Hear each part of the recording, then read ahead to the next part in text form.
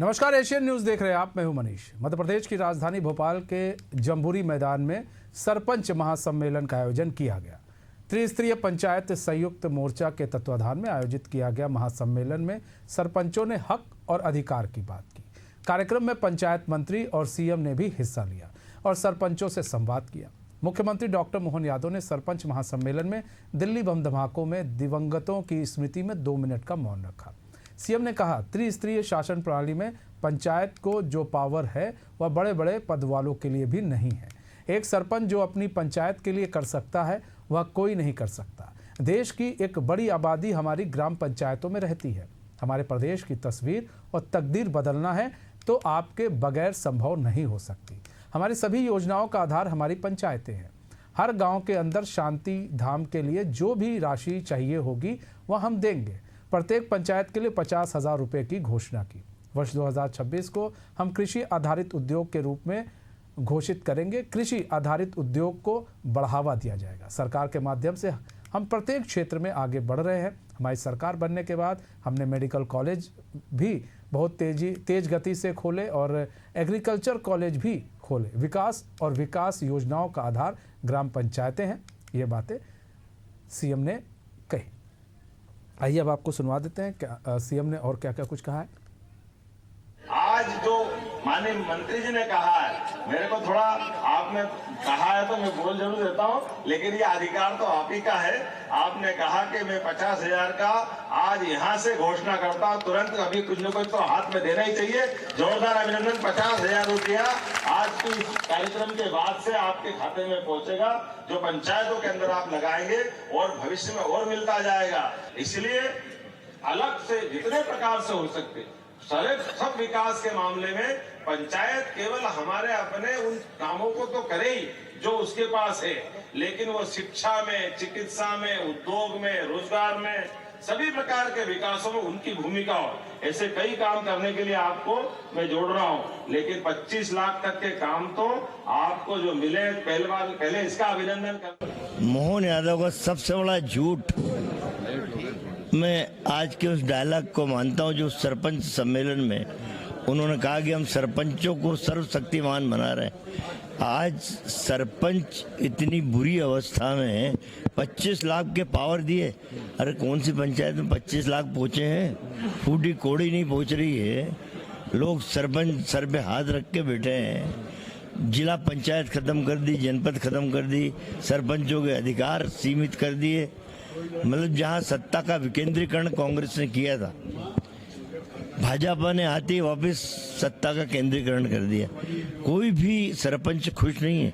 मुख्यमंत्री जी की उपलब्धता हमें चाहिए ही थी, इसलिए हमने उसको नवंबर में किया है। पहले दिन जिला पंचायत अध्यक्ष और उपाध्यक्ष, जिला पंचायत सीओ और जो शहरी ग्राम पंचायतें हैं, शहर के इंदौर है, भोपाल है, यहाँ जहाँ सेमी अर्बन कॉन्सेप्ट है उसका रूल हमने बदल दिया, रूल बना लिया, उसको सामने रखने वाले हैं और इसमें हम पारित कर देंगे कि हम उन पंचायतों के विकास में कौन सी तब्दीली करने वाले हैं, पदाधिकारी कैसे बदलेंगे।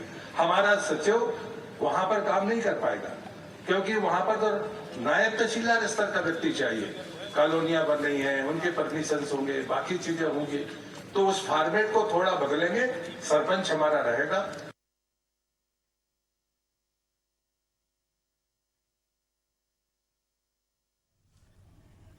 तो हमारे साथ हमारे मेहमान भी जुड़ चुके हैं, उनका तारुफ करा देते हैं। हमारे साथ शहरयार खान जी जुड़ चुके हैं, कांग्रेस के प्रवक्ता। अजय धौले जी जुड़ चुके हैं जो कि बीजेपी के स्पोक पर्सन है। डॉक्टर सत्यप्रकाश शर्मा जुड़ चुके हैं जो कि वरिष्ठ पत्रकार है। आप सभी का बहुत बहुत स्वागत है। सबसे पहले तो शहरयार खान जी आप ही का रुख कर लेते हैं। शहरयार खान जी, अभी आपने सुना कि सीएम कह रहे हैं कि हम पंचायत को जो है लगातार जो पंचायत है जो वो किस तरह से आगे बढ़ रहा है और किस तरह से पावरफुल हुआ है पंचायत, सरपंच कितना पावरफुल है। उन्होंने बताया सरपंच की शक्ति क्या है और सबसे ज़्यादा पावरफुल होता है। एक सरपंच ना हो तो कैसे गांव का विकास होगा, गांव के विकास के लिए सरपंच का होना कितना ज़रूरी है। इस तरह की बातें उन्होंने की और कहा कि और भी पावरफुल हम सरपंच को बनाएंगे।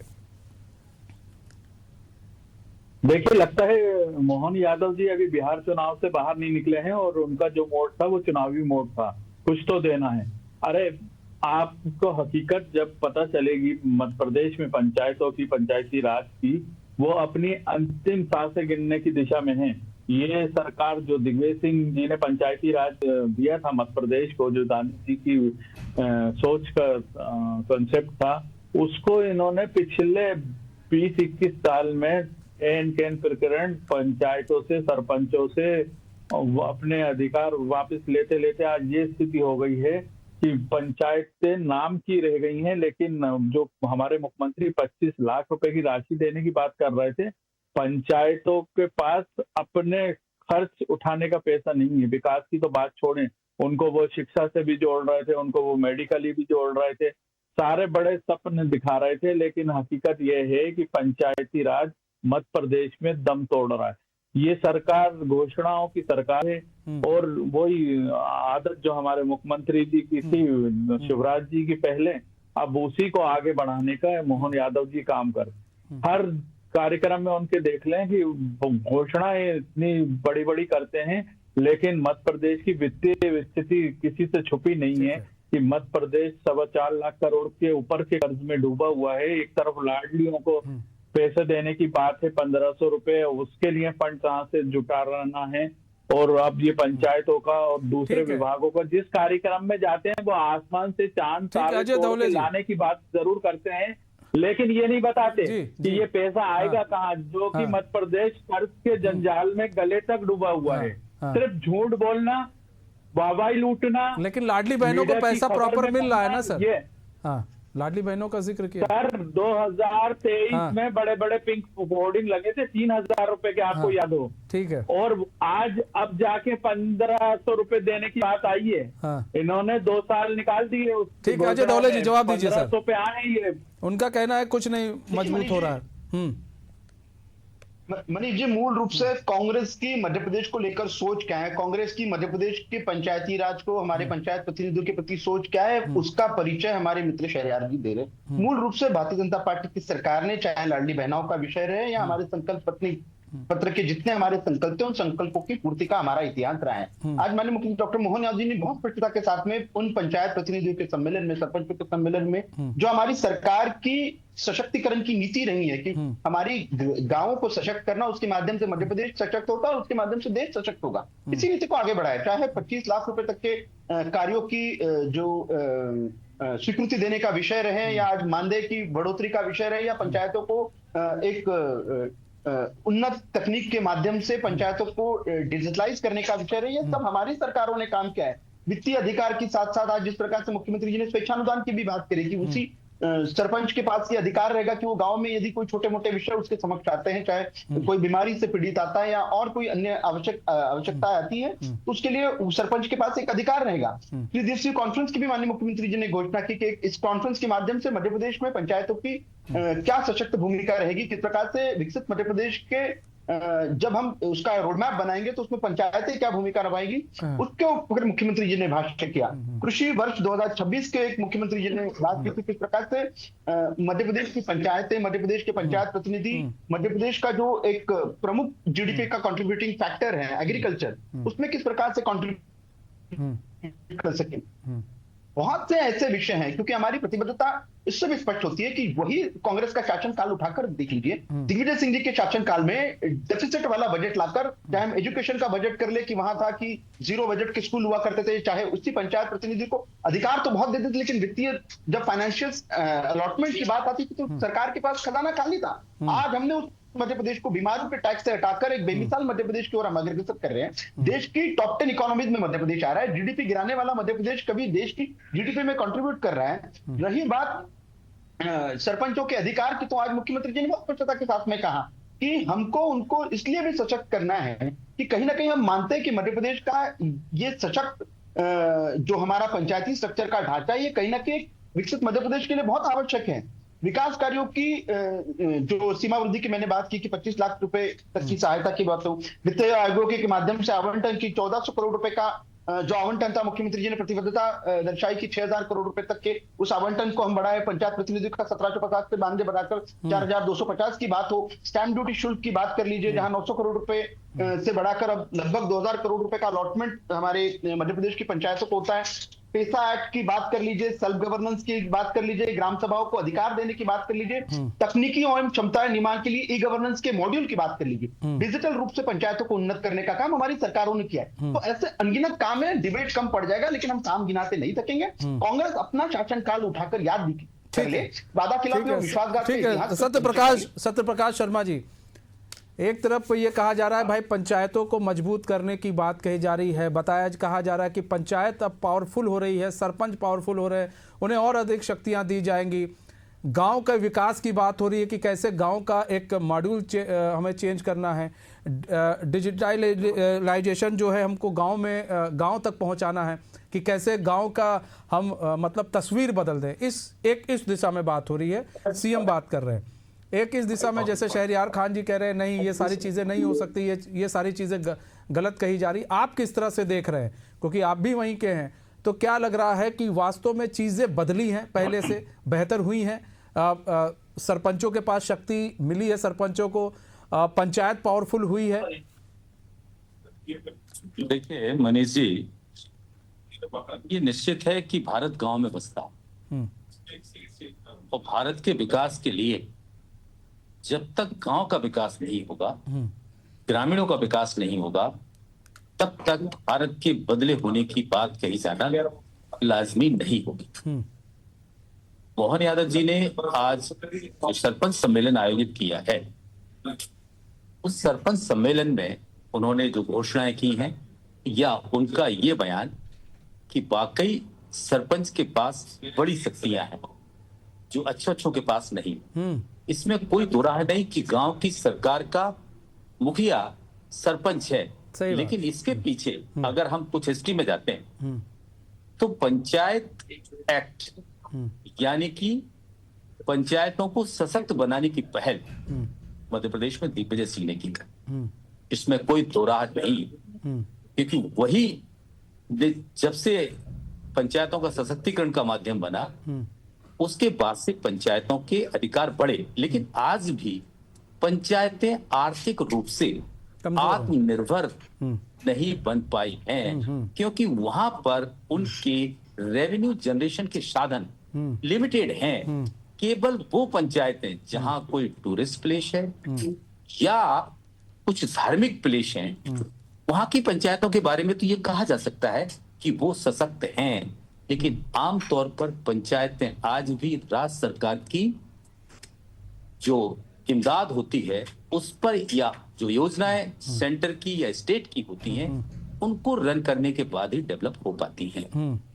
मेरा कहने का तात्पर्य है कि अगर मोहन यादव का ये प्रयास है तो उनका प्रयास को सार्थक रूप से देखा जाना चाहिए कि उनको कहीं ना कहीं पंचायतों की वो याद आई जिससे वो समझ पा रहे हैं कि मध्य प्रदेश का विकास जब तक पूर्ण रूप से विकास नहीं होगा, भले ही हम अर्बन बॉडीज में डेवलपमेंट विभिन्न माध्यमों से, विभिन्न सेंटर की स्कीम या एडीबी के लोन लेकर कर रहे हो, लेकिन बेसिकली देश का विकास तभी होगा जब हमारा ग्रामीण और ग्रामीण विकास। तो ये पहल उनकी सराहनीय है, इसको आप नेगेटिव वे में ना देखिए। मैंने फिर भी कहा कि पंचायत को सशक्त करने का जो बीड़ा मध्य प्रदेश में उठा है वो दिग्विजय सिंह की सरकार में उठा था, लेकिन उसको आगे प्रदेश की हर सरकार ने बढ़ाया है। हाँ, ये बिल्कुल ठीक है कि पंचायतों के पास अब वो बजट नहीं है, क्योंकि जो जिला पंचायत और जिला पंचायत के माध्यम से जनपद पंचायत, जनपद पंचायत, ये सवाल उठ रहा है कि वो बजट नहीं है जिसकी वजह से जो ग्रामीणों का या फिर गांव का वो विकास नहीं हो पा रहा। शहरयार खान जी भी वही बात उठा रहे थे कि वो बजट नहीं मिल पा रहा है। और जैसा कि अभी वरिष्ठ पत्रकार हैं, उन्होंने भी कहा कि भाई जहां पर टूरिस्ट प्लेस है, जहां पर मंदिर हैं, यहाँ पर ऐसी चीज़ें, वहाँ तो चलिए ठीक है, लेकिन कई ऐसे हर गाँव में तो ऐसा नहीं हो सकता है। तो फिर ऐसे में उन लोगों को सशक्त करने के लिए, मतलब निचले स्तर से उनको आगे बढ़ाने के लिए क्या कुछ योजना लाई जाए, या फिर क्या कुछ ऐसा किया जाए कि वहां भी बिजली पहुंच जाए, वहां के लोग भी कहने जी हमें रोजगार मिल रहा है, वहां भी कहने हमारे तक सड़क पहुंच गई है, पक्के पक्के मकान वहां भी देखें, वहां पर भी एसी हम लोग देखें, तब तो कुछ बात हो। कि मनीष जी, निश्चित रूप से आप इस बात को मध्य प्रदेश की सरकार को धन्यवाद देंगे कि मध्य प्रदेश की सरकार ने इस मंशा को दर्शाया है कि हमें पंचायतों को आत्मनिर्भर बनाने की बिल्कुल। आवश्यकता है। चाहे वित्त आयोग के माध्यम से जो ग्रांट के आवंटन की मैंने शुरुआत में ही बात की कि 1400 करोड़ रुपए का वित्त आयोग के माध्यम से ग्रांट होती थी, उसको कहीं ना कहीं बढ़ाकर 6000 करोड़ रुपए की सरकार ने मंशा स्पष्ट की है। उसके बाद में जो स्टैंप ड्यूटी का शुल्क था पंचायतों में, वो लगभग पर एनम जो जाता था 900 करोड़ के आसपास, उसको भी किस प्रकार से बढ़ाकर 2000 करोड़ रुपए के आसपास हमारी सरकारों ने सेल्फ फाइनेंसिंग का जो एक वित्त पोषण का मॉड्यूल था उसको सस्टेन करने के लिए हमारी सरकार की बहुत प्रतिबद्धता है। रहा विषय किस प्रकार से जो कृषि आधारित उद्योग है ये पंचायतों के माध्यम से पंचायतों को किस प्रकार से आत्मनिर्भर बनाए, और वर्ष 2025 जो माननीय मुख्यमंत्री डॉक्टर मोहन यादव जी ने जिसको उद्योग वर्ष घोषित किया था, इसके माध्यम से भी किस प्रकार से जो उद्योग आने वाले हैं उसको पंचायतों के साथ में लिंकेजेस करके जो हम जिसको कहेंगे एम्प्लॉयमेंट जनरेशन का एक महत्वपूर्ण विषय है, कहीं ना कहीं इसके लिए भी मध्य प्रदेश की सरकार प्रतिबद्धता के साथ में काम कर रही है। अब विषय आ जाता है कि मध्य प्रदेश की सरकारों के लिए जो पूर्ववर्ती सरकार की नीतियां थी, चाहे हम 2003 के पहले की बात कर ले या उसके बाद में भी यूपीए की सरकार की बात कर ले, यूपीए 1 से लेकर यूपीए 2 तक की, देश की सरकार की ये मंशा ही नहीं थी कि पंचायतें कभी आत्मनिर्भर बने, पंचायतें कभी सशक्त बने। इसका एक मूल कारण था कि देखिए, गांव में बसने वाला भारत निश्चित रूप से एक बहुत बड़ा हमारा बदलाव का चेंज मेकर हो सकता है। ये किसी भी सरकारों ने नहीं सोचा था। आदरणीय प्रधानमंत्री श्री नरेंद्र मोदी जी ने प्रधानमंत्री सड़क योजना का जिस प्रकार से जो हमारा दूसरा चरण है उसके माध्यम से प्रत्येक गांव को जोड़ने की योजना हो, जनजातीय गांवों को जोड़ने के लिए प्रधान से युक्त कराने के लिए प्रधानमंत्री जल जीवन मिशन के माध्यम से काम हो, इन सारे कामों से कहीं ना कहीं बेसिक इंफ्रास्ट्रक्चर की जो आवश्यकता थी उस इंफ्रास्ट्रक्चर की आवश्यकता को पूरा करने का काम हमारी सरकारों ने किया। तो आप ये मानेंगे कि हमने पहले जो मूलभूत सुविधाओं की आवश्यकता थी, बिजली, सड़क, पानी, ये पहले देश के गांवों तक के पहुंचाने का काम किया। अब इसके माध्यम से हम किस प्रकार से उन गांवों को आत्मनिर्भर बनाए, ये दूसरी दिशा में सरकारों को इस शहरयार खान जी, देखिए बिजली, सड़क, पानी जो एक बहुत इंपॉर्टेंट फैक्टर होता है किसी भी शहर को आगे बढ़ाने में या देश को आगे बढ़ाने में या किसी भी गांव को आगे बढ़ाने में, तो जैसा कि बीजेपी का कहना, भाई सबसे पहले हमने उस इंफ्रास्ट्रक्चर पर काम किया, हमने बिजली दी, पानी दिया, सड़क दे रहे हैं और अब उस दिशा में काम कर रहे हैं कि गांव और आगे बढ़े ताकि विकास की धारा उधर गंगा बहे, ताकि विकास हो, गांव के लोग भी जो है विकसित हों। कुछ इस दिशा में काम कर रहे हैं। बजट हमने बढ़ा दिया, स्टैंप ड्यूटी की बात कर रहे हैं, उसको किस तरह से बढ़ाया गया, तो सारी चीज़ें कह रहे हैं कि हम तो कर तो रहे हैं। और जैसे कि वरिष्ठ पत्रकार कह रहे हैं कि नहीं, अगर इस दिशा में काम हो रहा है तो सबको साथ आना चाहिए। देखिए, वरिष्ठ पत्रकार जी की बात का मैं समर्थन करता हूं कि अगर कुछ काम ईमानदारी से हो तो साथ आना चाहिए, लेकिन बदकिस्मती मध्य प्रदेश की यह है कि 21 साल में काम कागजों पे ही होता दिख रहा है। इनके पास ना नीति है, ना नियत है, ना विजन है। अगर ये लोग बोल रहे हैं कि, और जो कि भारत कृषि प्रधान देश है, अगर इस सरकार के पास सोच रही होती, 21 साल का जो समय है वो कम नहीं है। अगर ये एक विस्तृत कार्य योजना के साथ ग्रामीण विकास के लिए फूड प्रोसेसिंग को ही माध्यम ले लेते, सिर्फ एक सेक्टर को ले लेते जिसके साथ पूरा कृषि उद्योग के साथ जो ये प्रदेश आगे बढ़ता, तो निश्चित ही मध्य प्रदेश में रोजगार की संभावना भी होती। जो मध्य प्रदेश का 30% खाद्यान्न वेस्ट होता है, वो खाद्यान्न भी बचता, जिससे कि मध्य प्रदेश सरकार का रेवेन्यू जनरेट होता और मध्य प्रदेश अपनी विकास की गाथा खुद लिखता। लेकिन ना इनके पास नीति है, ना नियत है, ना ऐसी सोच है। सिर्फ इनके पास भ्रष्टाचार के मॉडल है, इवेंट है और प्रपंच है कि ये योजना को लॉन्च कर दें, इससे कितना हमारे मंत्रियों को, नेताओं को फायदा हो जाएगा। लेकिन देश के किसानों को फायदा, मध्य प्रदेश के किसानों का फायदा हो, उसके लिए विस्तृत योजना को गंभीरता के साथ इन 21 साल में सरकार ने कहीं करते हुए नहीं दिखे।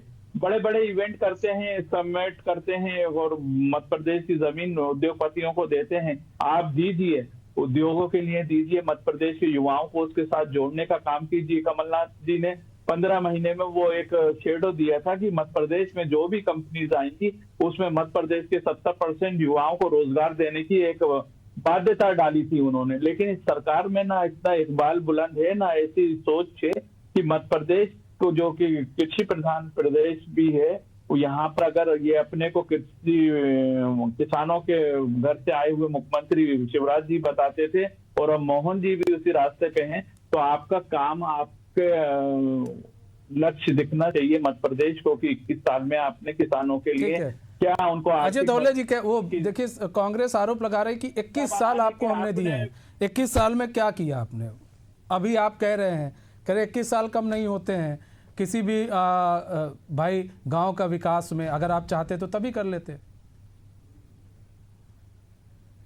देखिए मनीष जी, मैंने शुरुआत में पाया कहा कि पहले किसी भी राज्य में अपने गांव के विकास के लिए बुनियादी सुविधाएं, जिसको हम कहते हैं बेसिक इंफ्रास्ट्रक्चर अम्यूनिटीज, उसके डेवलपमेंट का विषय था। मध्य प्रदेश में सिंचाई की बात करें तो 7.5 लाख हेक्टेयर कुल पूरे मध्य प्रदेश में सिंचाई होती थी। उसमें सारे ब्रिटिशर्स की भी जोड़ लीजिए, अंग्रेजों की भी जोड़ लीजिए, कांग्रेसियों की भी जोड़ लीजिए, मुगलों की भी जोड़ लीजिए, नवाबों की भी जोड़ लीजिए। लेकिन हमारी सरकार ने बहुत प्रतिबद्धता के साथ में 50 लाख हेक्टेयर तक के उस सिंचाई के रकबों को ले जाया। क्या किसी समय मध्य प्रदेश में एक फसल लेना भी दुभर था? आज मध्य प्रदेश में हमारे किसान, उन्नत किसान 3-3 फसलें लेते।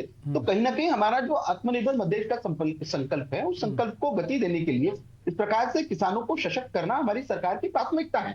रही बात उद्योगों आधारित, तो इन्होंने फूड प्रोसेसिंग देश में मैंने यही कहा, सरकार में पूर्ववर्ती सरकार की जो नीति है, कितना काम हुआ, पूर्ववर्ती सरकार की जैसे उत्पादन जिलों का उत्पादन अधिकता है वहां पर, उसको क्यों नहीं आप उसको एमपी एग्रो के साथ क्लब करके अच्छे से विकसित कर रहे हैं, जिससे कि मध्य प्रदेश का जो एक निगम है एमपी एग्रो, उसके साथ उसका हर जिले में ऑफिस है, अगर उससे कलेक्ट करें, वो जिले की उत्पादन क्षमता का यूज करें, तो कांग्रेस चाहिए इससे मध्य प्रदेश का इतिहास किसानों का फायदा नहीं होगा। लेकिन कुल मिला के बात यह है कि कागजों पे जमा खर्च करना, इवेंट करना, समिट करना, उससे कोई हल नहीं होना।